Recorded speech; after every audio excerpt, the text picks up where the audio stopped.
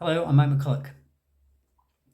So I've already talked about galaxies and the way that their edge stars appear to orbit the galactic center much faster than was expected from Newtonian physics or general relativity, and how this is very well explained by quantized inertia, which decreases inertial mass for very low accelerations, and so it decreases the centrifugal force pushing the stars out, and so enables the galaxy's edges to be bound even by the small amount of visible matter we see in the galaxies, so you don't need dark matter.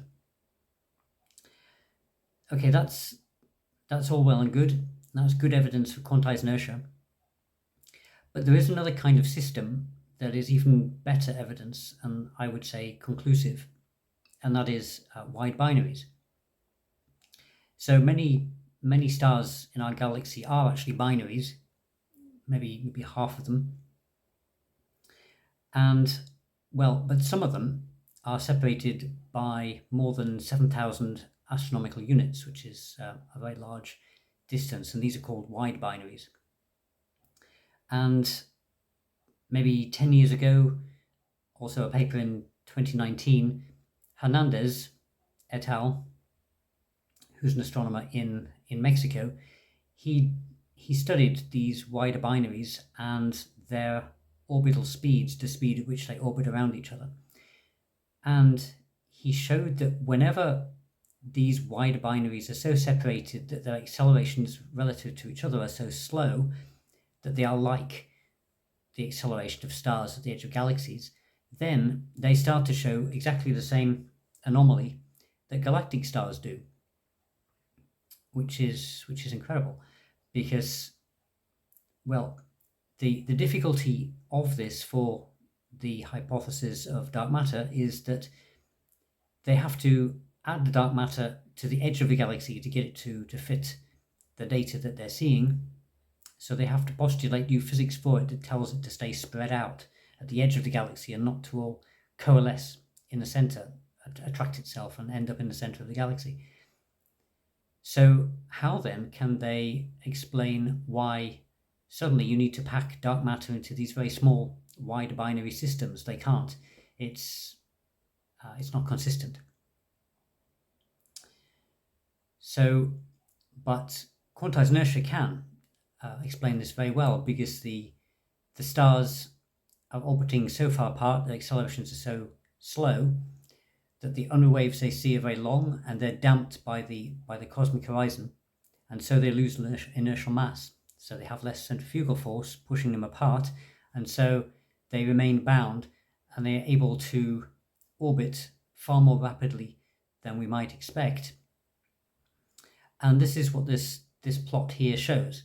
So on this plot, the x-axis shows the separation of the wide binary of the two stars in a binary, and the vertical axis shows their speed in kilometers per second. And you can see that the crosses represent the observations. So they're kind of being binned into different separations, so there are only a few crosses.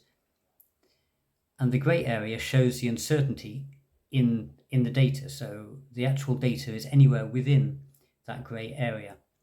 So you can see that at small separations, the velocity is quite high.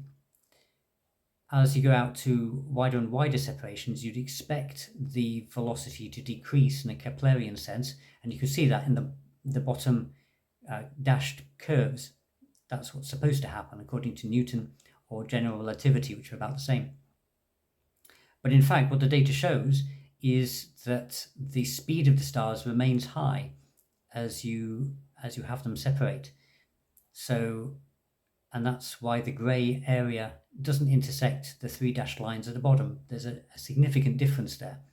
So we see the stars orbiting around each other so fast that they should fly off into deep space, but they don't. They're binaries. They stay bound.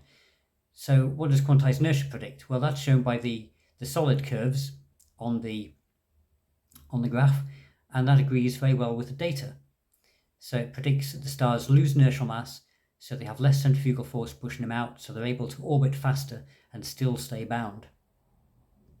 So I published all this in a paper with Jesus Lucio, shown here. And I regard this as possibly the most conclusive proof of quantized inertia, because Newtonian physics can't explain this, general relativity can't explain it either, and even modified Newtonian dynamics can't explain it either, because that in MoND you have an external field effect where the acceleration that's important is affected by accelerations outside the system, and these wide binaries are still within the galaxy, and so they're still subject to all these accelerations from outside. But quantized inertia only cares about mutual accelerations, the acceleration between the stars, so that works, whereas MoND would not. Okay, so I hope you enjoyed this short, and I'll look forward to seeing you next time. Goodbye.